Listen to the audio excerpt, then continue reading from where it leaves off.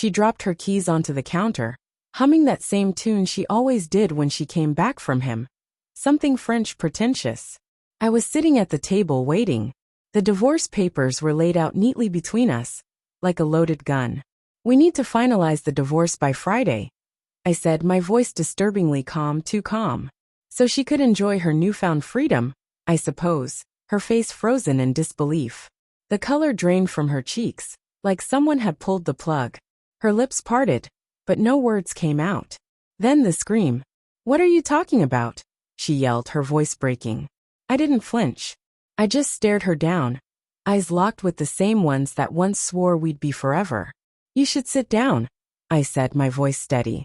We'd been married for 9 years, high school sweethearts, cliché sure, but I thought we had beat the odds. We built something real in a world full of cheap connections and fleeting moments of digital lust. We started with nothing, a 1-bedroom apartment and ramen dinners, and built up to a house in the suburbs. She taught 3rd grade. I ran IT systems for local hospitals. She was supposed to be my calm in the storm, my constant. But then came the late-night grading sessions, the weekend teacher workshops, the sudden obsession with fitness. At first, I ignored the signs. Love does that, doesn't it? It dulls your instincts, makes you complicit in your own destruction. She started locking her phone, changing passwords, getting defensive when I asked the simplest questions. "I just need space," she said. I gave her space. What I didn't give her was the benefit of the doubt. Not anymore. It was a Tuesday when the truth unraveled. She'd left her iPad open on the couch, a single notification glowing on the screen like rot.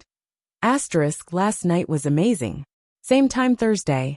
Asterisk, that letter, those words haunted me. I didn't confront her right then.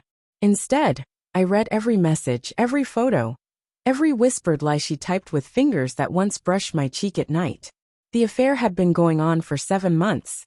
His name was Andrew Palmer, her assistant principal. Married, 2 kids. She used our money to book hotel rooms, used our home as her cover. I didn't rage, didn't cry. I documented. Because betrayal is an art, but so is revenge. I started with a burner phone, and screenshots. Every message, every photo, every timestamp stored in encrypted folders.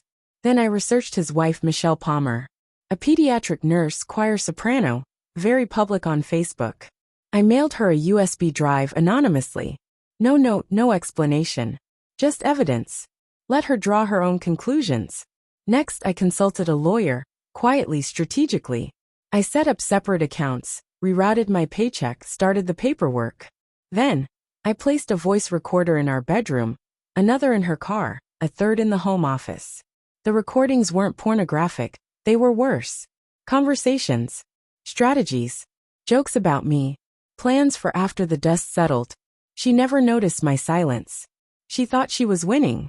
I started pulling at her threads. Canceled joint credit cards, froze shared accounts, transferred my stock portfolio into a trust. Meanwhile, I set the trap. I invited our closest friends over for a surprise anniversary dinner on Friday. Told her we needed to reconnect. She smiled, oblivious, playing her part. Friday came like a funeral. She dressed for a party. I booked the restaurant she loved. Private room, candlelight, 14 guests. She wore red, smiling, completely oblivious. I stood to make a toast. 9 years, I began. A lot to celebrate, and a lot to let go of. Her nervous laughter rippled around the table, and I could feel the tension creeping in. "I'd like to make an announcement," I said, pulling a small folder from my jacket. "We're getting a divorce." Silence. Her wine glass trembled in her hand. "What?" she whispered, barely a breath escaping her lips. "Don't worry," I added calmly, my voice cutting through the heavy air. "You'll be free by Friday. Just in time to enjoy Andrew's company without guilt." Someone gasped, probably her sister. I placed the folder in front of her, watching as her hands shook when she opened it. Inside, I had everything: screenshots, transcripts, audio recordings, and a copy of the USB drive. She didn't speak. She couldn't. Her face shattered in real time, her expression slowly crumbling into disbelief. I turned to her best friend Lisa. "You covered for her, thought I didn't know?" Lisa's fork dropped, her face pale. And then I turned to my parents. "Thank you for raising me with dignity. It helped me do this the right way. I stood and walked out before dessert was even served. But she followed me into the parking lot, mascara running down her cheeks like ink in the rain. You ruined my life, she sobbed, her voice breaking. I turned to face her, calm, always calm. No, I said softly. You lit the match. I just handed you the mirror. She reached out, desperate. I stepped back, keeping my distance. You don't get to touch me anymore, I said, my voice steady. Why? She whispered, her breath catching. Why? I repeated, almost amused. You cheated with your boss in hotel rooms we could barely afford, while I was fixing the leaky roof. That's why. Her sobs grew louder, but I didn't flinch. I turned and walked away, feeling the weight of years of torment lifting from my shoulders.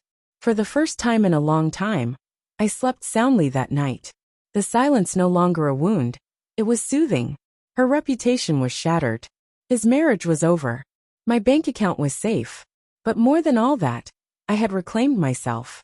Quietly, strategically, entirely. People think revenge is all about rage, but it's not. It's about precision. She had painted a lie with smiles and secrets.